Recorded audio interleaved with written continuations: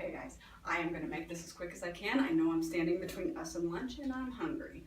So I am Holly Reckers. I am the retail store manager for Springfield and Quincy. So I want to tell you, or better yet, I want to ask you a question.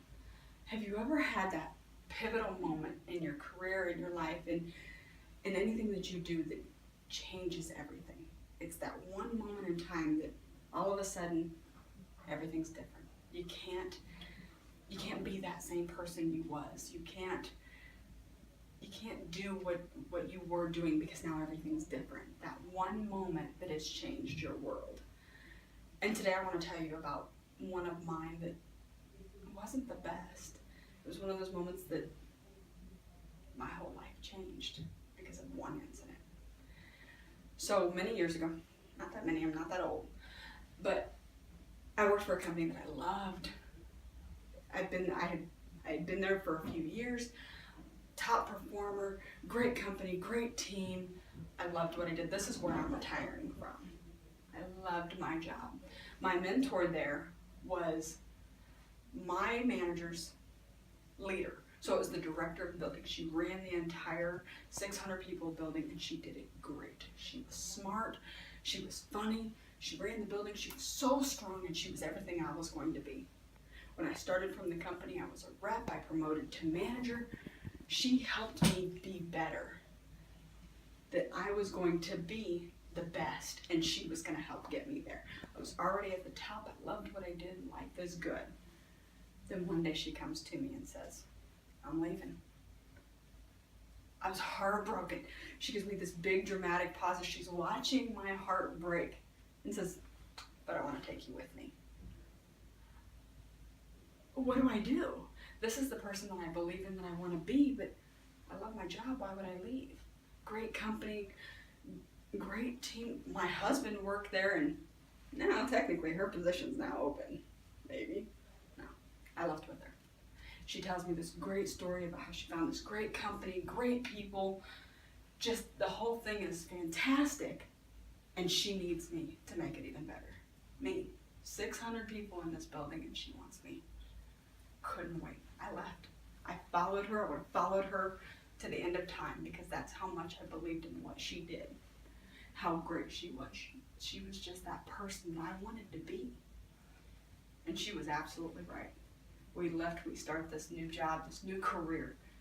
Everything was perfect. The job was fantastic. The team was fantastic. The culture was everything she promised me to be. And it was just great. Life was great. And then she makes a decision. It's probably not the best. It hurt the employees, it hurt the culture, it hurt the business. I couldn't understand. I didn't believe it at that point. So I wanted to go to her so I could understand it. How can I sell it to everybody else if I don't understand it, if I don't believe in it? Her and I are friends. We've worked together for years at this point. I should be able to go to her and get that understanding. So I do. I'm not mean, I'm not rude, just help me understand so I can follow you and get us where we need to be, and I can believe in everything that we're doing. That was wrong. She was so mad at me. I knew she was mad at me. I didn't even know what to do. I walked out of her office kicking myself, beating myself up. What did I do? Did I have the wrong tone? Did I have the wrong facial expression? What could I have done? I should have just kept my mouth shut, just kicking myself again and again that I didn't want her mad at me. I sat at my desk for probably a half an hour, and it came. That one changing moment, it came in an email. My current boss says email is not your friend, and she could not have been more right. That one click of send destroyed everything. I got an email that was not addressed to me. It was about me. It should have went to one of my coworkers, not a boss, not someone a higher level than me, a coworker, someone that I talk to every day. And this email, the subject of this email, tears me apart. She doesn't like what I do. She doesn't like me. She's mad at me. She's tearing me apart. She hates me. This person that I have dedicated and believed in for all these years hates me. And I know it was an anger email, and maybe it wasn't completely all true because she was mad at me, and it was that she's full of emotion, and I think in the process of her anger, she sent it to me instead of the person she was supposed to. I read that email 100 times. Just kept staring at it, wishing it not to be true, to let it be about somebody else. Let it be something other than what it is. Because if it's true, everything I've worked towards is gone. So what do? I wanted her to know that I sent it, that I've received it, to know just what she did. So what do? I replied to the email. I wasn't mean. I just said, consider myself coach, lesson learned. I grabbed my stuff and I walked out. She chased me to that parking lot. I got about halfway across the parking lot. She was standing there screaming at me, top of her lungs, screaming, cursing, get my behind in this office now. I didn't know what to do. In all my years of working, I've never been talked to like that. And somehow, I walked back into that building and proceeded to let her scream at me in front of all of these people, in front of my team, in front of my coworkers. Finally, she realized, and we walked into her office. I couldn't do anything. I couldn't respond. All I could do was shake. I was heartbroken. I was mad. I was everything. And I knew if I spoke, it wouldn't be pretty. I don't know if I would just burst into tears or if I would yell at her back. I didn't know what to do. So all I could do was stand there and shake and listen to her lie to me, make excuses that email wasn't about me, even though my name was listed 700 times. Everything to try to fix it.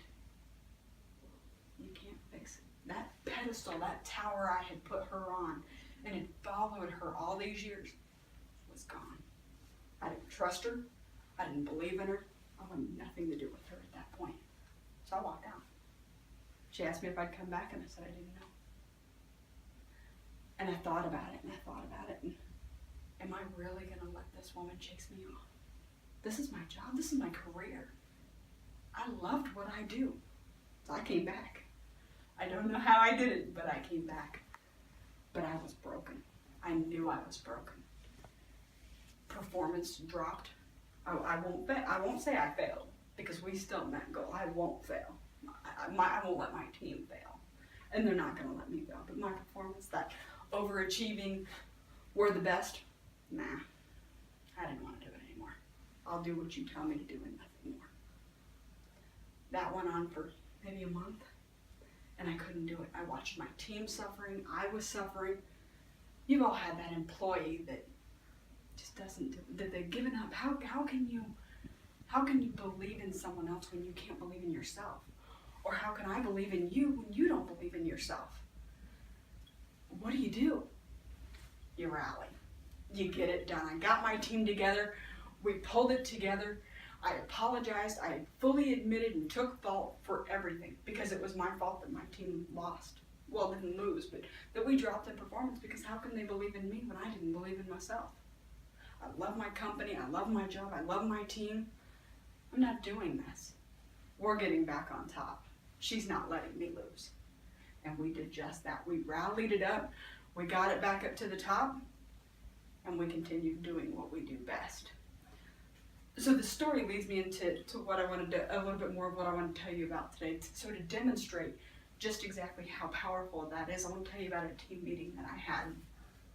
That one of my employees, he did a team meeting for his RCA class. I didn't want him to practice. He could do a dry run. I wanted to see just how good he was without my help, just to see. And then, if he struggles, I'll of course help. I'm not going to let him fail. But I just wanted to see. That team meeting, he launched what we call the I Believe commitment. Now, this is both stores that he's talking to, both my Springfield and my Quincy store. And it was phenomenal. If you can believe it, you can achieve it. I know it's cheesy and corny as all get out. But he has the right thought process. That if you believe you can get 20%, 25% conversion rate, you can do it. if you can't, you're going to constantly make excuses for why you can't.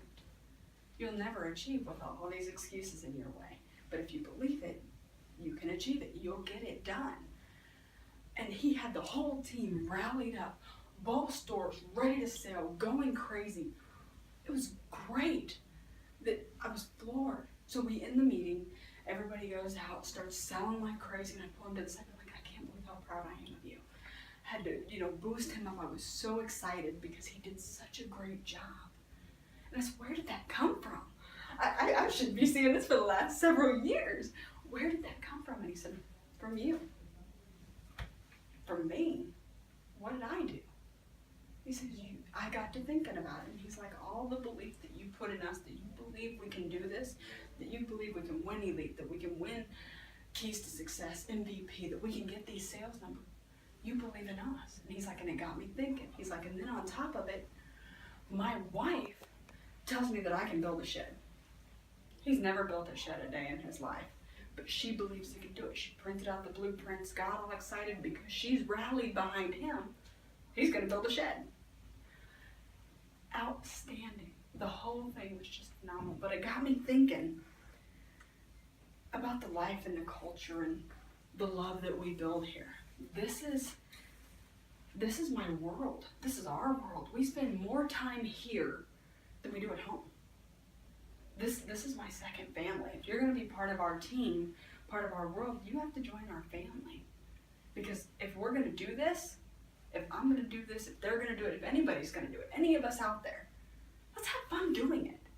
Let's rock our numbers. Let's give the best customer experience. Let's laugh. Let's have a good time. And let's show them just how great we are.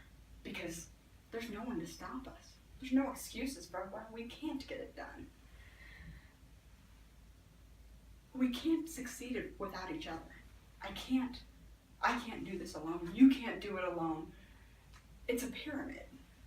If my team doesn't believe that they can do it, I'm never going to succeed. If I don't believe in them, my boss doesn't believe in me, we all have to do this together. I'm nothing without them. They have won me awards. I've won Elite 3 times. I've won Key to Success, MVP, top performer. I didn't do that. They did that. They're that great. And because I believe in them, they do it for me. I can go out there and tell them, guys, we need this, this, and this. I've got to get this done so that we can hit the top performer mark. They do it. I don't have to be here every day. They'll do it for me. They stand behind me because they are that great. That's the culture and the love and the trust we built in our little worlds. And I challenge you guys to do the same thing in your stores, to build that culture that somebody loves coming to work, that they love seeing you. I've heard the saying 1,000 times that a manager can make or break a store. It can. Depends on the person. I've worked for people I don't like. I've had people who changed my whole world, but I stayed because of my team. If it wasn't for them, I probably wouldn't have walked back through that door years ago. Be that manager, be that boss, be that leader, whoever it is, that makes your people want to come to work, that makes them want to stay here, to be you. And that valuable lesson with that previous boss, I found I never wanted to be here. Never in a million years. Would I be that person that destroyed one of my employees? I can't, because I don't want to make someone feel that way. So my goal every day, and I challenge you to do the same, is to be that person that changes their world for the better, not for the worst. So what's my point for today? The whole point of this conversation that we're having is to show you just how great we are, how great Comcast is, how great this job can be, that we're building a team that's unstoppable. I'm building a team that is a force to be reckoned with. You won't touch us. Once we have the entire built team, we'll be at the top right where we belong, where we've sat for the last 4.5 years, because that's what we're building. And I challenge you to do the same. I want you to do the same, because I want all of us to be at the top where we belong. Because that, without the belief, without the faith in our company and our teams and our stores and everything that we do, without that belief, we have nothing. Thanks, guys. Have a good day.